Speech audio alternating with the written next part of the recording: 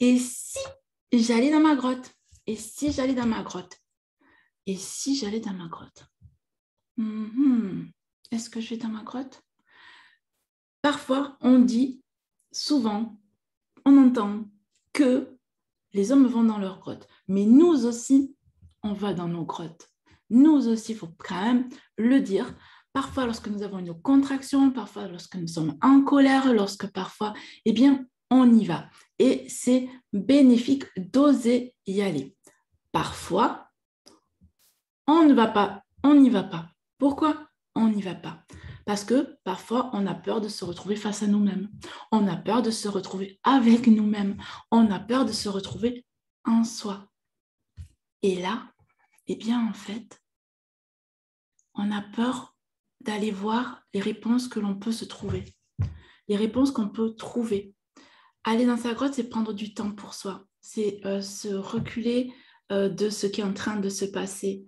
C'est s'isoler, être dans ce qu'on peut appeler la solitude, en fait.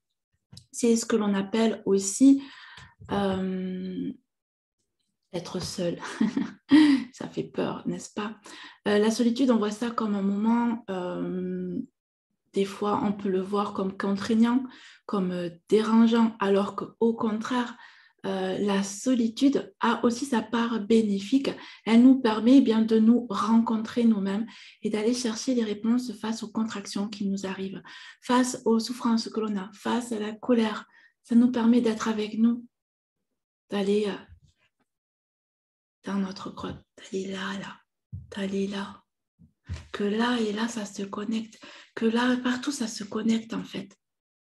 Qu'on prenne ce temps de ne rien faire. Ne rien faire je veux dire par là, en fait, on a l'habitude d'utiliser des subterfuges, ok? Comme la radio, on allume la radio, on a la musique en permanence, on va sur les réseaux sociaux, on lit un livre, on se met à écrire, on va peindre, on va faire du sport, etc. Et en fait, est-ce qu'à ce moment-là, on est avec nous?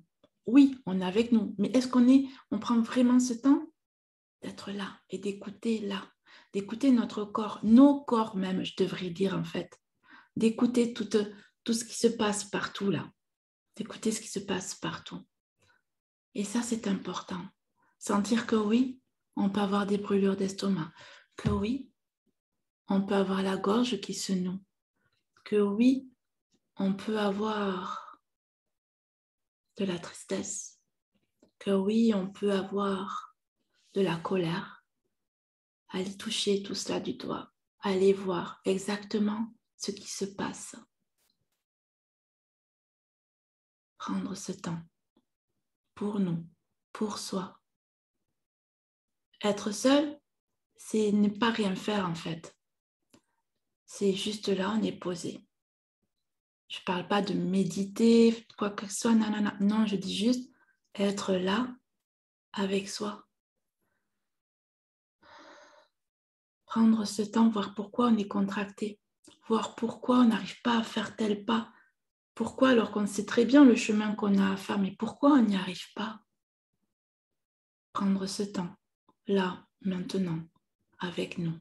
C'est indispensable, moi je trouve, je parle de moi, mes ressentis, je pense que c'est indispensable de prendre ce temps, d'aller s'écouter, parce que ça nous ressource en fait.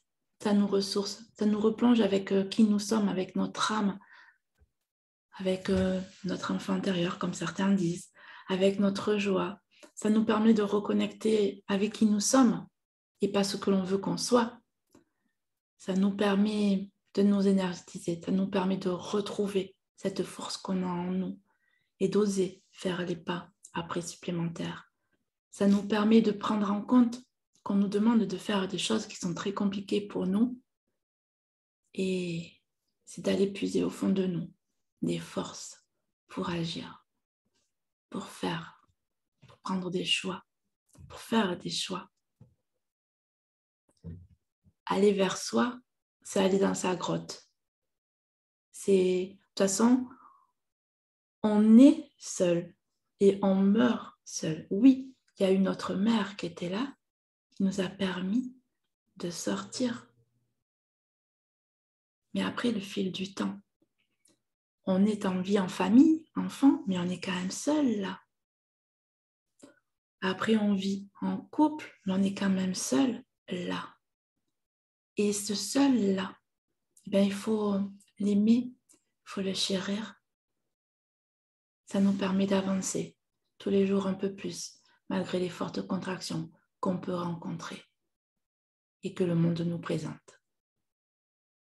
Je vous souhaite une agréable journée et je vous dis à demain pour le prochain direct surprise, toujours dans les environs de 13h. À très bientôt. Et à midi pour revisionner les directs surprises sur la chaîne Restez Focus. À bientôt.